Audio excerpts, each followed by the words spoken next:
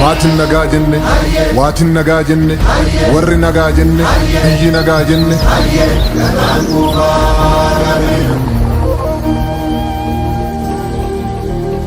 Gadaa shananiin tumme, gadaa shananiin muree, odaa shanaan jalatti jaalalaan waliin bulee.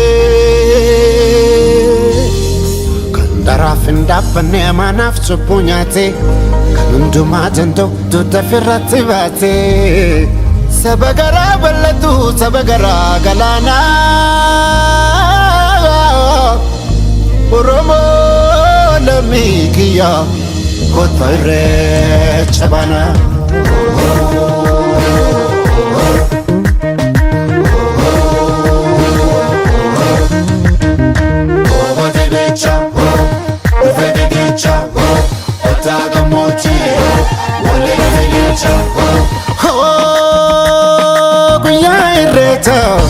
Guyyaa irreecha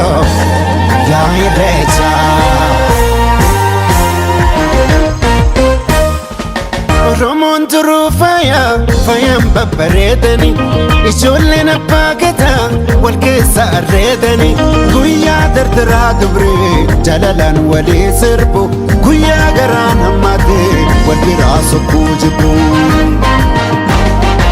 Gadaatu garoomina garooma jabeeffanna irreechi irree keenya waaqa galatoonfanna handhuura abbaa kiyyaa qomoon kolubbuu kiyya arrallee na boojii sirraa dhalachuun kiyyaa arrallee na boojii sirraa dhalachuun kiyyaa.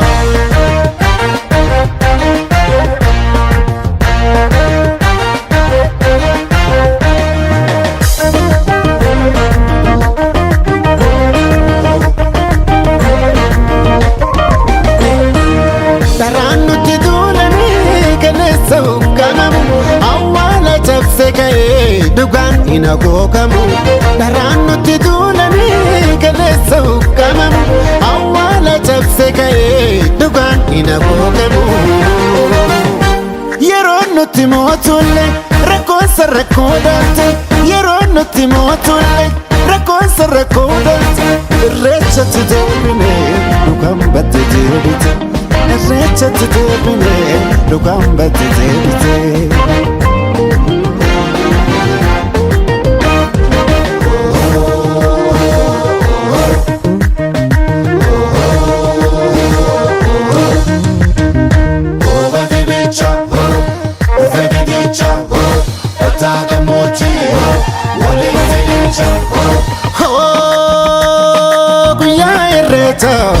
Guyyaa irreecha